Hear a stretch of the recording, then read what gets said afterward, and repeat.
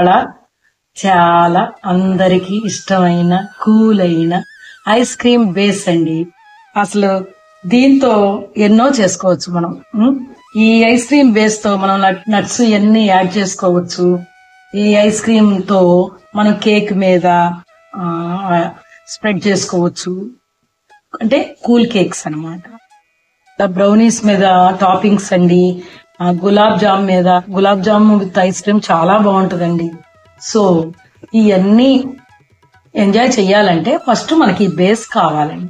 ఈ బేస్ తో మళ్ళీ మీకు అన్ని రకాల ఫ్లేవర్స్ చేసుకోవచ్చండి. అంటే ఇప్పుడు వెనిలా ఎసెన్స్ అయితే vanilla ice cream toppings, pineapple essence వేస్తే పైనాపిల్ ఐస్ క్రీమ్, అట్లా అన్ని మనం దీంతోనే ఆరెంజ్ క్రష్ చేస్తే ఆరెంజ్ ఐస్ క్రీమ్, అట్లా అండి అన్ని చేసుకోవచ్చు.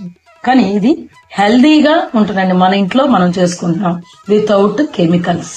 అందుకోసమే నేను ఇది చూపిస్తున్నాను ఇవాళ. మీరు దీపావళికి బాగా ఎంజాయ్ చేయండి, ఐస్ క్రీమ్ కూడా చేసుకుని. Okay,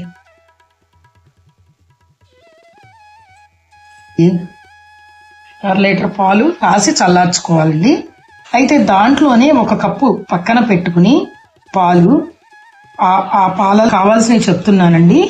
milk 500 ml, milk powder 2 TBSP milk powder అండి, 2 TBSP, corn flour 1.5 tablespoon, sugar 8 tablespoons అండి sugar, vanilla essence 1 teaspoon అండి, GMS అంటారండి 1 టేబుల్ స్పూన్ అండి, GMS 1.5 టేబుల్ స్పూన్.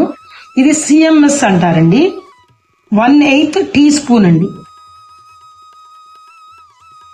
ఈ మళ్ళీ పాలల్లో మనం పొయ్యి మీద సిమ్ లో పెట్టుకుంటూ కూడా వేసుకోవచ్చండి. కానీ షుగర్ అయితే చాలా టైం పడుతుంది కదా అని నేను పౌడర్ చేసి వేసేసాను, తొందరగా కరుగుతుందని.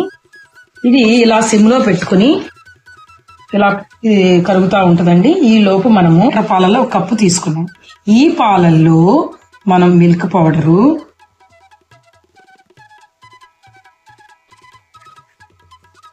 కార్న్ ఫ్లోర్ అండి, ఇవి కార్న్ ఫ్లోర్ వేసేసుకున్నాం కదండి. ఇప్పుడు GMS వేస్తున్నానండి. బాగా కలుపుకోవాలండి ఈ 2 కూడా వేసేటప్పుడు మనం, ఎందుకంటే గట్టగట్టేస్తుంది. ఇది CMS కూడా ఉండటానికి క్రిస్టల్స్ లేకుండా ఈ 2 పౌడర్లు మనం వేస్తామండి. తర్వాత వెనిలా ఎసెన్స్ కూడా వేస్తామండి. మనం పక్కన కప్పు పాలల్లో కలుపుకున్నాం కదండి కార్న్ ఫ్లోర్, GMC, CMC ఇవన్నీ, అది మళ్ళీ మన పాలల్లో వేసుకోవాలండి. కొద్దిగా వేసుకుంటా తిప్పండి. బాగా ఇట్లా కలుపుకోవాలండి, తిప్పుతానే ఉండాలి. ఇది కార్న్ ఫ్లోర్ ఇవన్నీ కదా గడ్డగట్టేస్తుందండి. ఇలా ఉండలు రాకుండా ఇలా తిప్పుతానే ఉండాలి. దగ్గరికి వస్తుందండి. ఆ దగ్గరికి వచ్చి సెట్ అవ్వనివ్వాలి మనం,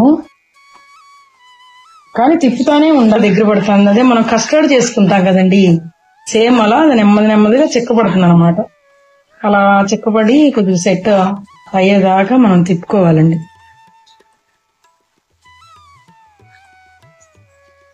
గట్టిపడింది, చిక్కబడిన తర్వాత మనం పొయ్యి కట్టేసుకుని వెనిలా వేసుకోవాలండి. ఇవ్వండి ఇలా చిక్కబడింది చూసారా. ఈ స్టేజ్ వచ్చిన తర్వాత పొయ్యి కట్టుకుని వెనిలా ఎసెన్స్ వేసుకుని తిప్పేయాలి.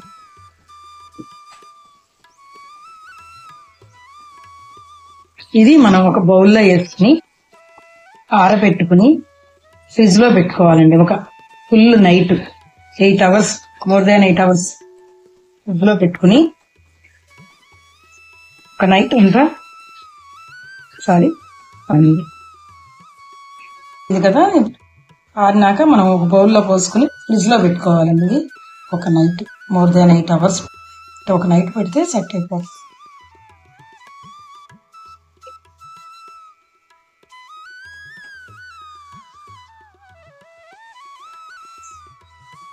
ఇదిగోండి మనం ఐస్ క్రీమ్ బేస్ రెడీ చేసుకున్నాం కదా, దాన్ని ఇలా క్లింగ్ ర్యాప్ చేసుకుని ఫ్రిడ్జ్ లో పెట్టుకోవాలండి over night, more than 8 hours చెప్పా కదా. ఈ బేస్ తో తర్వాత వేరియేషన్స్ మీకు మళ్ళీ వేరే చూపిస్తానండి. ఇంకో రోజు ఇలా పెట్టుకోవాలండి. స్ప్రింగ్ ర్యాప్ చేసి ఫ్రిడ్జ్ లో పెట్టుకోవాలి.